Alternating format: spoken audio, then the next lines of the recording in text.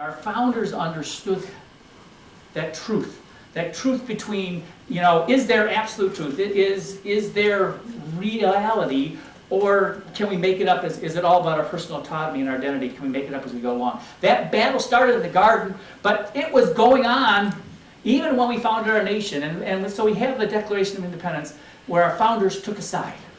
And they said, we hold these truths to be self-evident. That all are created equal, endowed by their Creator, capital C, with certain unalienable rights. That means rights that were given to you by God from the beginning of time. You can't take them away, you can't give them away, and nobody can take them from you. And they're going to be here till the end of time, till Jesus comes back. Our founders understood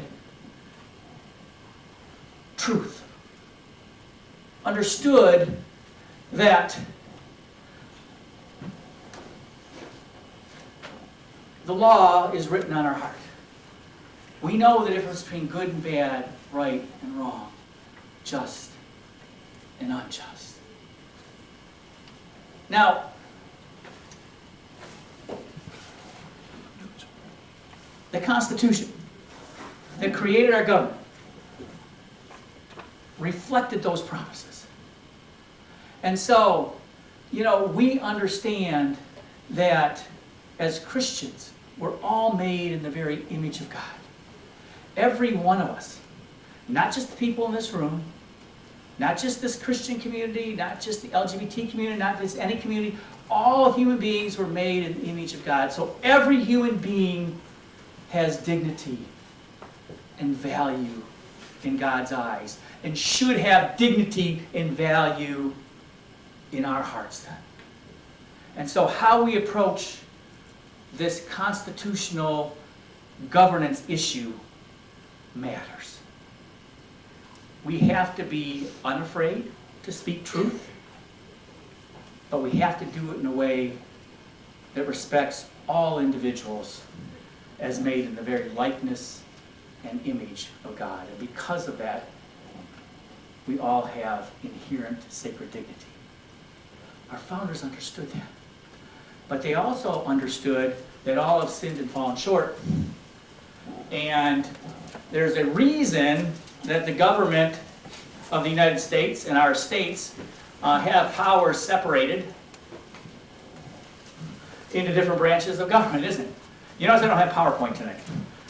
Lord Acton said, power corrupts and PowerPoint corrupts absolutely. No, that's not what he said. He said power corrupts and absolute power corrupts absolutely. And he understood, and our founders understood, if we put all the power in one place, then it'll get abused. It'll get abused because all have sinned and fallen short. I mean, and if you don't understand that, think about when you had your baby, and you gave them a rattle, and they played with the rattle. Now introduce a second baby.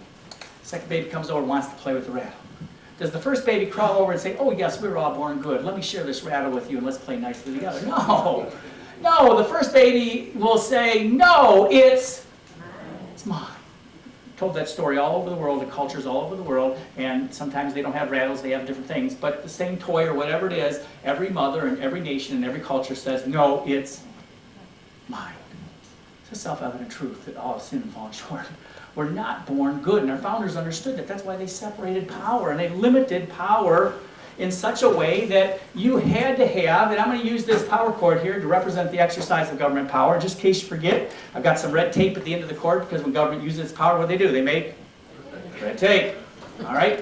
And so one of the ways that our founders understood that limitation on human nature was we need to separate power. And so they separated power, and they said if you're going to use your power, no matter what building you work in over there, what branch of government, before you can use your power, you have to plug into a power source. You have to plug into a power source. If you don't have a power source, then you can't exercise power legitimately. And so the very first thing you should ask when you see somebody in Congress passing a law is, hey, Congress, what was your power source authorizing you to make that red tape, make that law? All right, that's the first way that our founders understood the importance of and why we had to separate power, why we had to limit the exercise of power by government. The second thing they did, and it's going to get more relevant to what we're talking about tonight, is they listed some of those inalienable liberties that we talked about in the Declaration. We hold these truths to be self-evident. All are created equal. Endowed by the Creator, capital C. Certain inalienable rights, including life and liberty. What were some of the liberties? Well, if you go to the first 10 amendments, you start to see them. And, you have the right to freedom of expression and the petition of the government. You have the right to your free exercise of religious conscience. You have the right to due process before they take away your property or your freedom.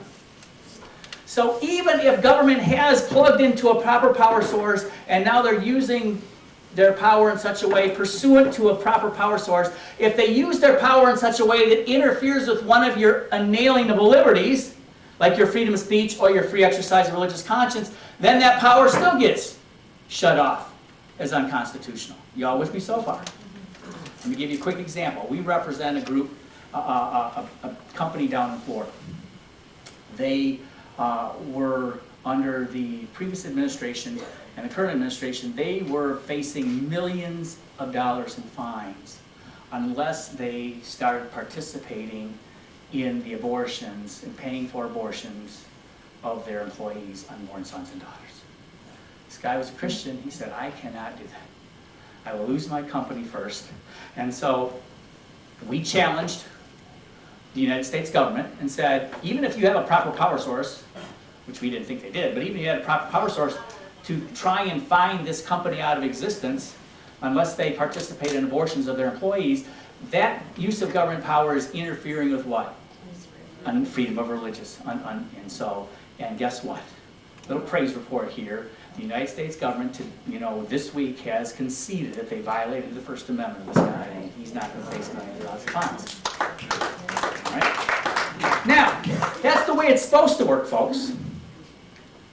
But what's happened is some folks in this building over here, the Supreme Court, where you got some lawyers wearing robes. And they decided a while back that, well, maybe we can, add some of these liberties to the Constitution too. Now, folks, I sat on the federal bench. I've taught constitutional law for much of my life. Went all the way through all those academic ranks those silly people, those ivory towers do. Went to the top. Didn't matter because in real life I know what really does matter. But my point is there's no authority for the court to do what they've done when they say we're going to create this new right of privacy, personal autonomy, and identity. And there's a number of scholars, a number of judges that agree with me. There's a whole lot of scholars that disagree because why? They want to partake in this social engineering without having to follow the law to do so. There is a law that in the Constitution, in Article 5, there's two ways to add a right to the Constitution if you want. Or change the Constitution, or change the meaning of the Constitution. And we won't get into it because of time tonight, but you can go read it in Article 5. There's two ways, but guess what? Both those ways involve everybody in this room. They involve the states and the people, and they participate. They don't say that 5 lawyers wearing robes that never have to face an electorate, never have to run for an election, can socially engineer the nation and jam it down your throat. Yeah. But nonetheless, that's what they did. And it was in the cases that led up to Roe versus Wade. And they came up and they said, you know what? Got some lawyers out here telling us, not through this lens, by the way, but through it's all about me type of lens, why don't you add something to the Constitution here? Let's add privacy and personal autonomy and identity. That's in here somewhere. And they looked under the light and they said, even in the light I can't see it. And you go look at your Constitution. You go find the word privacy, personal autonomy, or identity in there. It's not. It's not. You want to find freedom of speech? It's in there. You want to find the right to petition your government? It's in there. You want to find the right to due process? It's in there. But under the guise of interpreting the Constitution, they made up and decided to add to the Constitution. And so he couldn't find it even when he looked under the bright lights. But when he was looking under the bright lights, he saw emanating in the shadows, that was kind of like a P over there off the First Amendment. Maybe off the Third Amendment here, I see maybe it looks kind of like an R. And then he danced through the Constitution, or he danced through the shadows in the Constitution, and almost like a cheerleader, give me a P, give me an R-I-V-A-C-Y, privacy, I found it. And if you think I'm making it up, go read Griswold versus Connecticut, that's exactly what they did. They literally made it up out of thin air and popped it in there. And almost like a Darwinistic evolution, that was your big bang of privacy, personal autonomy, and identity. And then evolved into Roe versus Wade. Well, that's got to be about personal autonomy and identity too, right? So government has always been able, legitimately, to use its power to regulate unhealthy, dangerous, and immoral conduct. Y'all with me? That's why it's against the law to murder, steal. That's why sexual conduct, like rape and stuff, even sexual conduct, government can regulate those things. Unhealthy, dangerous, and immoral. Well, if you want to engage in unhealthy, dangerous, or immoral conduct, but you don't want the government to be able to use its power to regulate you anymore and to stop you, what do? Well, you go find a few lawyers wearing robes over here with ink in their pens, and you say, take that unhealthy, dangerous, and immoral conduct and recharacterize it. Let's call it liberty. Let's make it just like freedom of speech, and let's add it right in the Constitution. And that's exactly what they did.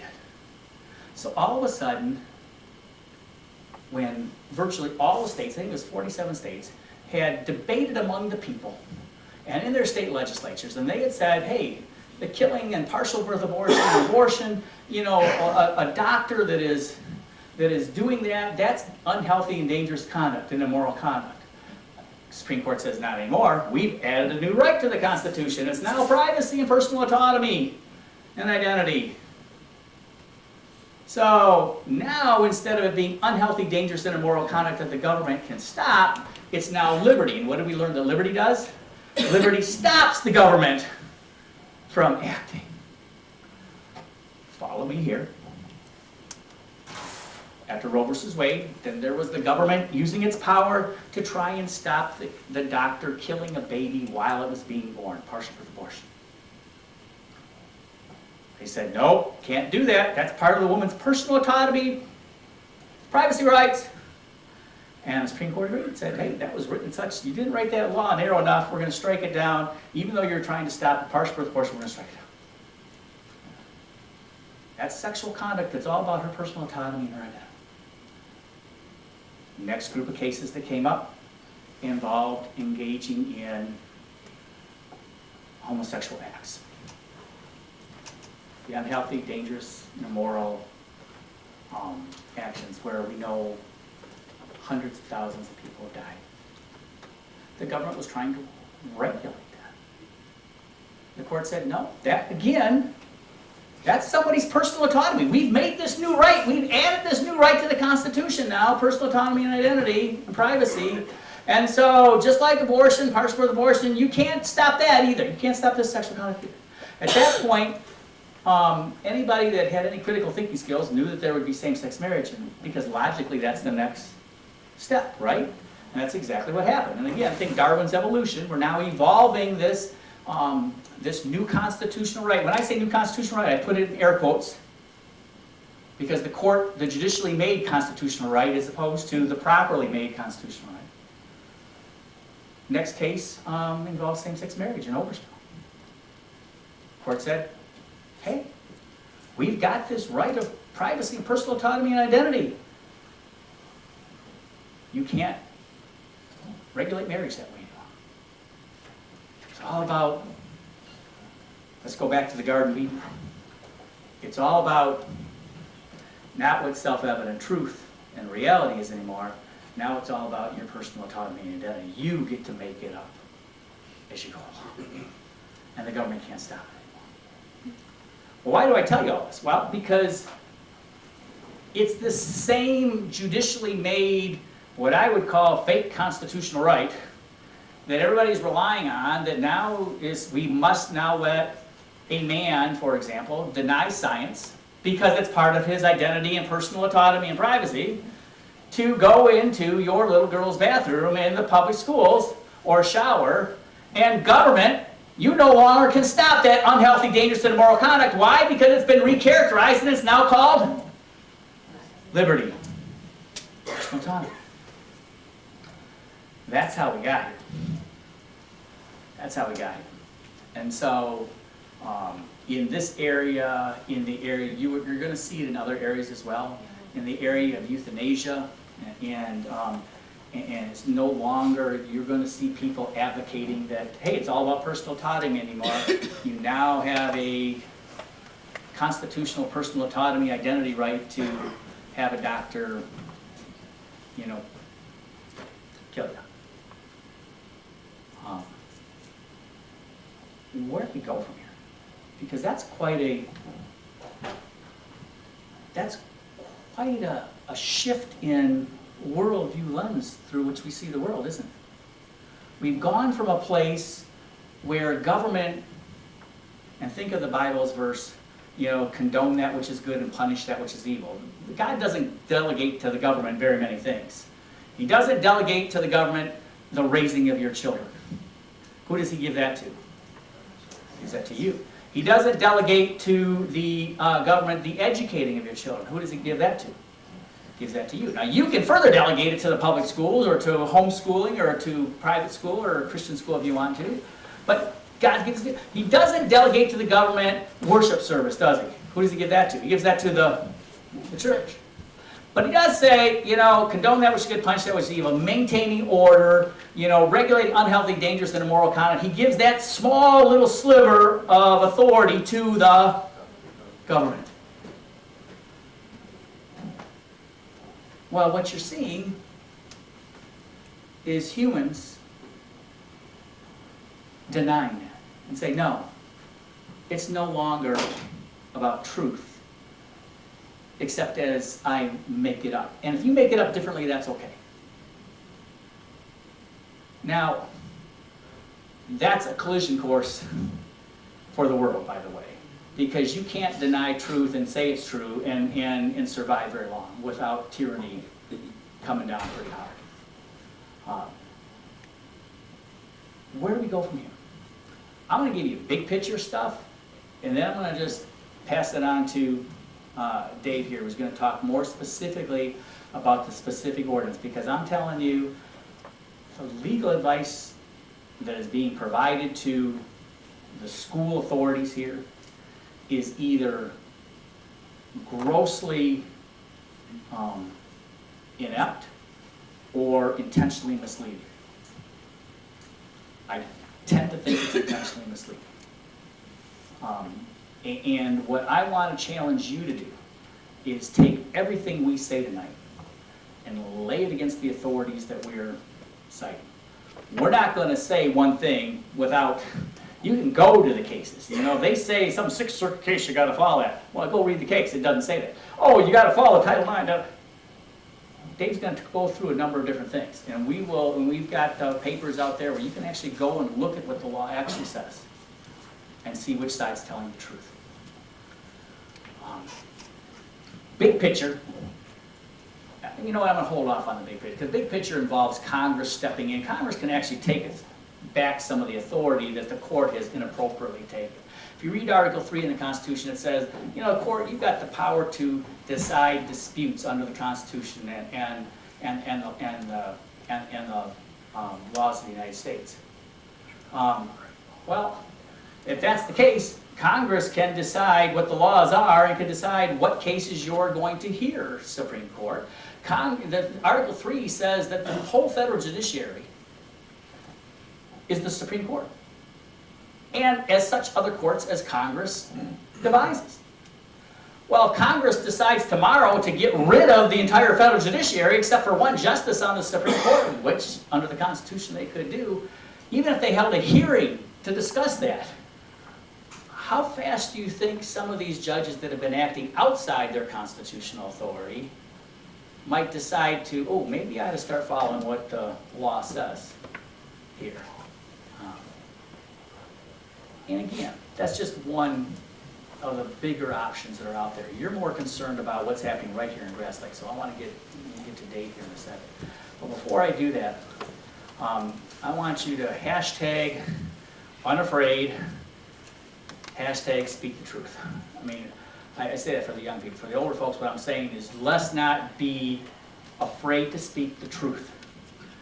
because the other side has bullied our side into thinking that if we speak the truth, there's something wrong with us.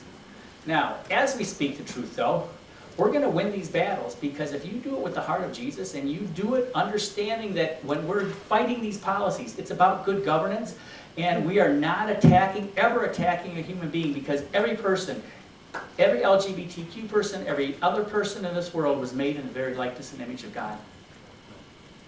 And so how we do it matters, and if you want to see which side should prevail on this, just start looking on the internet. And looking on social media, and look at the vulgarities and the attacks and the misrepresentations that the other side will make about you. Don't you dare go to that level, because there's a whole group in the middle that are looking to see which side's telling the truth and which side's doing it with proper respect for the dignity of all human beings. So be unafraid, speak the truth, but do it with the heart of Jesus. And thank you for my time, and we will answer questions after we're both done. God bless you guys for what you're doing.